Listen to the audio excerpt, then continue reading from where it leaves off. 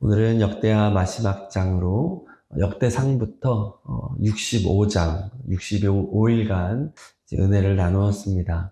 역대상은 아담부터 시작했습니다. 그래서 아담부터 시작해서 다 족보를 다 이제 훑어서 이스라엘의 건국과 분열과 또 북이스라엘 멸망과 이제 남유다의 멸망으로 이제 끝이 납니다. 오늘 36장에서는 4명의 왕이 순식간에 지나가면서 멸망을 향하여 질주합니다. 4명의 왕이라고 하지만 이 중에 3명은 요시야 왕의 아들들입니다. 남유다의 마지막 성군 요시야의 아들인데도 불구하고 다 악했습니다. 마지막 4명은 다 악했습니다. 어떻게 아버지가 그렇게 선한데 그 자손들이 이렇게 악할 수 있을까 싶습니다. 이것은 인류의 역사를 보여주는 것입니다. 선하신 아버지, 우리 하나님의 자녀들인 인간이 다 악했다는 것이죠.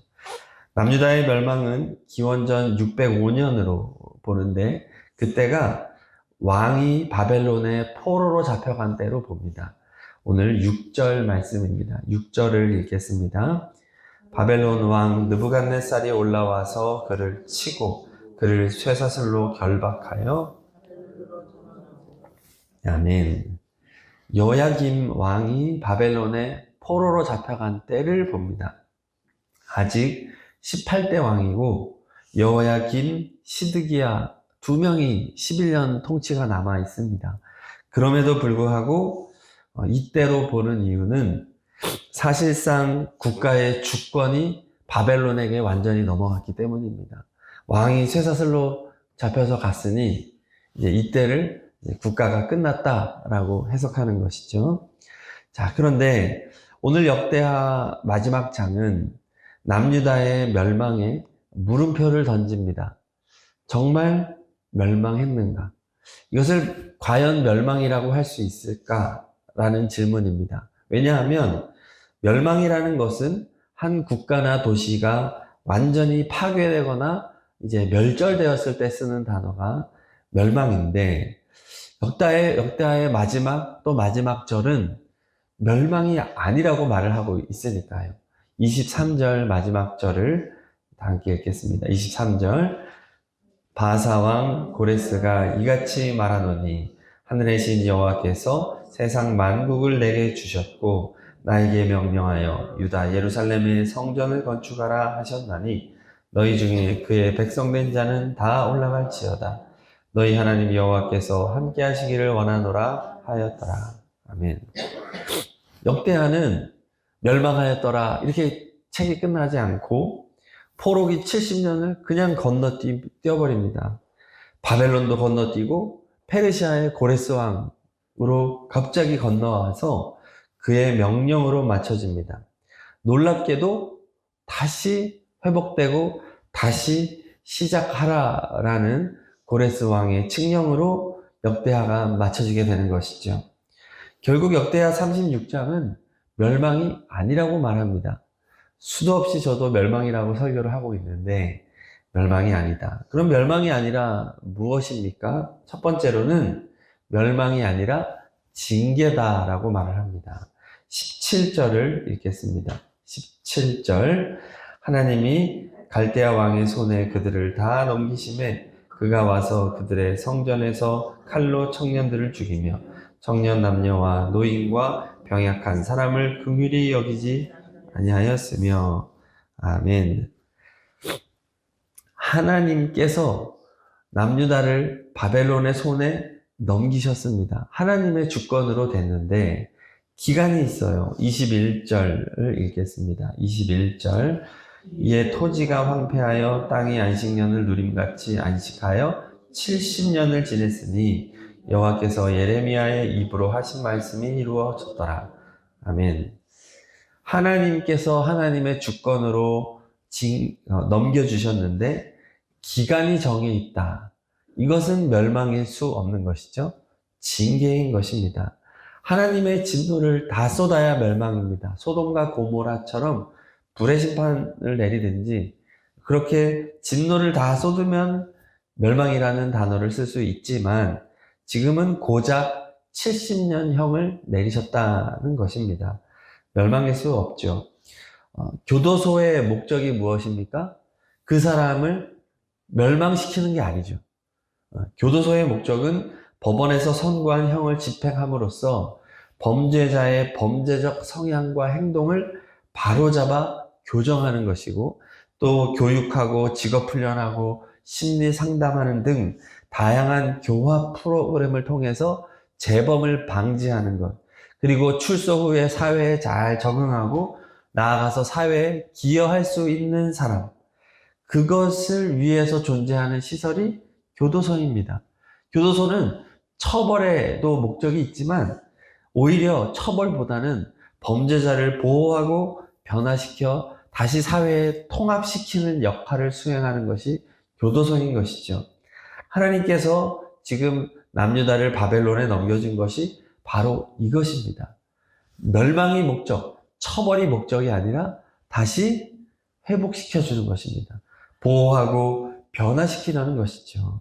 자, 그러므로 둘째로 남유다는 멸망이 아니라 오히려 하나님이 아끼신 결과인 것입니다. 하나님이 아끼셨다. 그 표현이 15절에 나옵니다. 15절 읽겠습니다.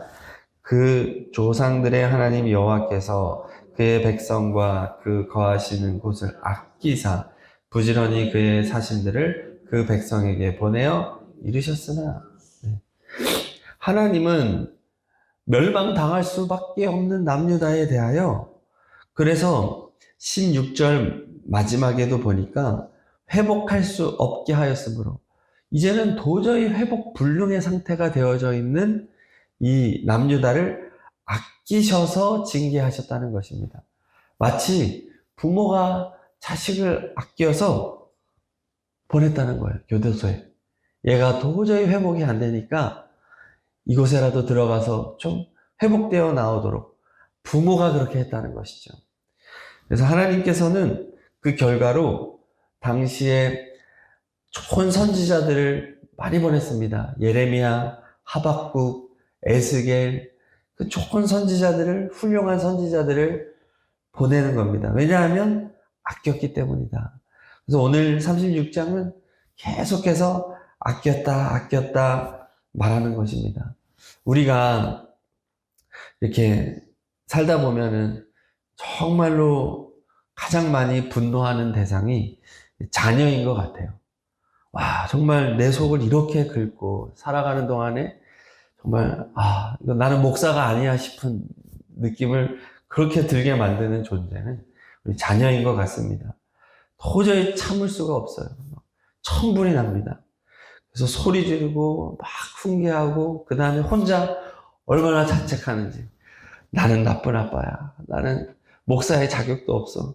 성도님들한테는 어떻게든 웃고 화내고 뭐 괜찮은 척하지만 자식한테는 그게 안 되는 거예요.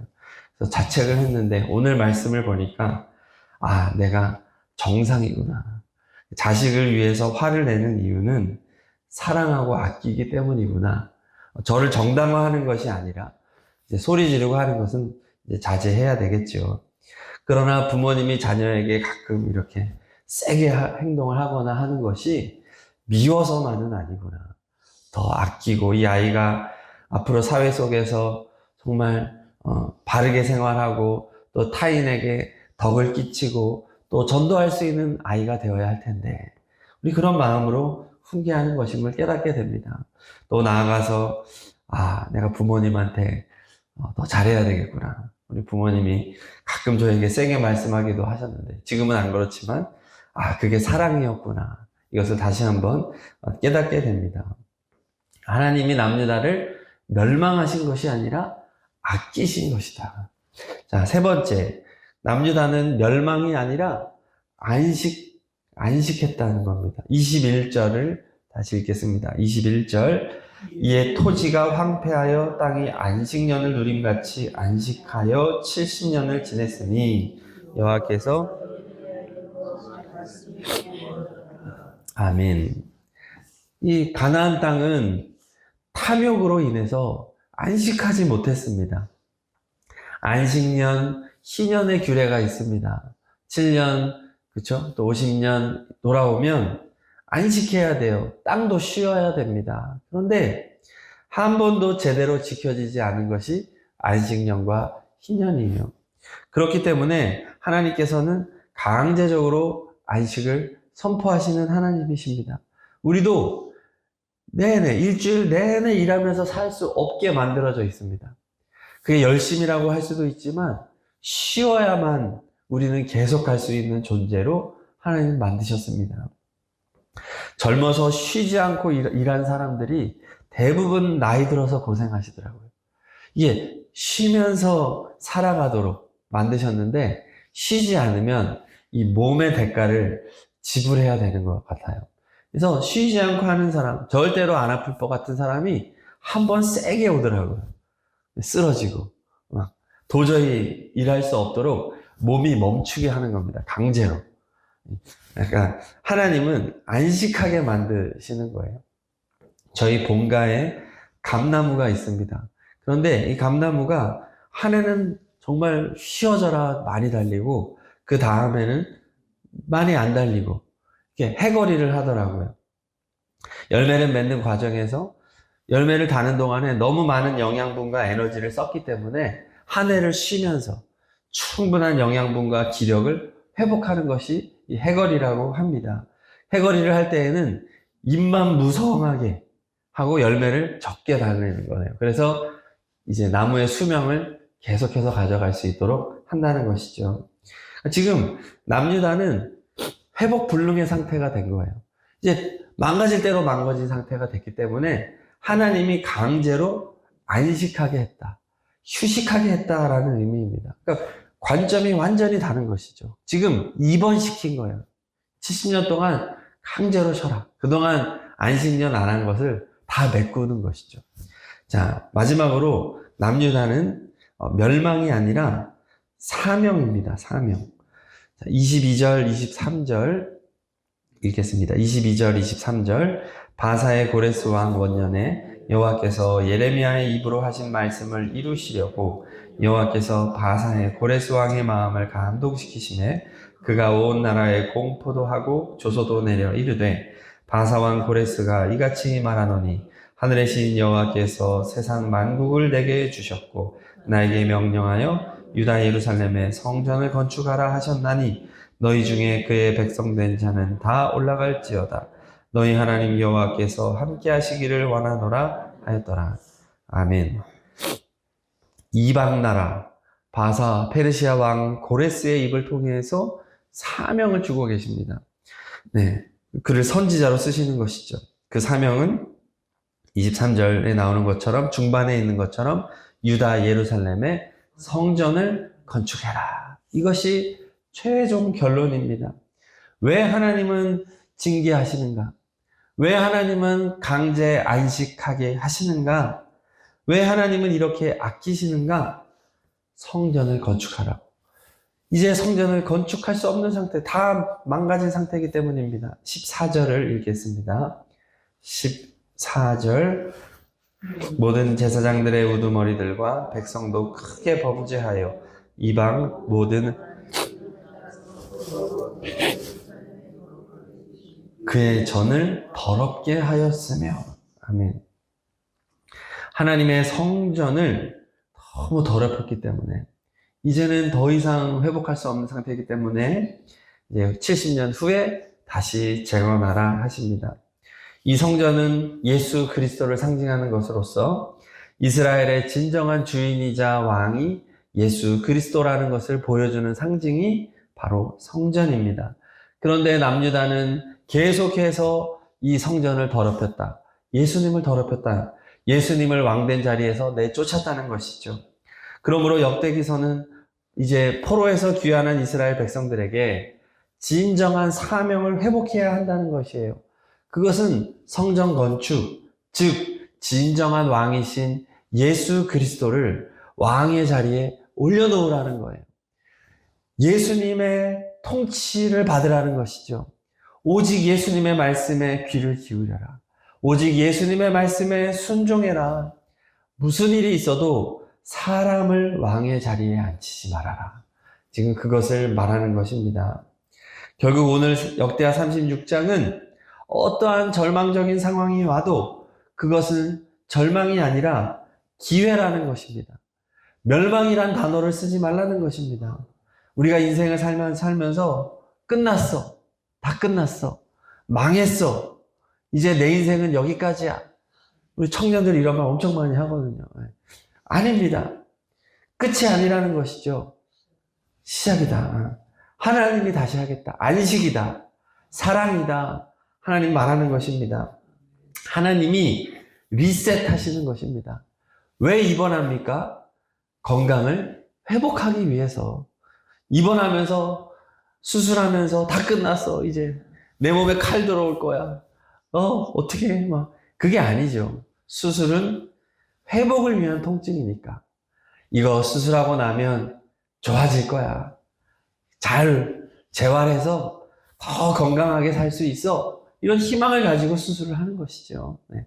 그러므로 우리는 인생을 살아가면서 크고 작은 위기들이 올 때 그것을 망한 것처럼 생각될 때가 있지만 또 돌이킬 수 없는 잘못을 범할 때도 있지만 인간의 입장에서 해석하지 말고 하나님의 입장에서 오늘 말씀 하나님이 우리를 사랑하는 것이다.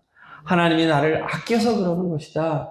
그것을 믿고 하나님 앞에 나와 하나님 앞에 도움을 구하면서 우리에게 진정한 고백은 성전을 회복하는 것입니다. 하나님, 그동안 예수님을 주인의 자리에서 몰아내고 내가 왕되어서 사람이 왕되어서 살아왔던 인생을 회복하게 하여 주시옵소서. 오직 예수님의 통치를 받기를 원합니다. 주님, 말씀하여 주세요. 주님의 말씀을 듣겠습니다. 이러한 자세로 나간다면 반드시 회복하게 될 줄로 믿습니다. 네, 그때 하나님은 회복시켜 주신다는 거예요. 건강하게 해주신다는 거예요. 그래서 실제로 역대하 이후에 이 땅에 예수 그리스도를 보내주심으로 말미암아 하나님은 언약을 신실하게 실행하시잖아요. 우리 예수님 반드시 다시 오십니다. 주님 다시 오시면 완전한 통치가 이루어질 것입니다. 비록 이 땅에서의 삶이 온전하지 못하고 인간의 죄악이 있고 우리는 연약하지만 우리 예수님을 바라보며 나아간다면 하나님이 놀라운 일들을 이루실 줄로 믿습니다.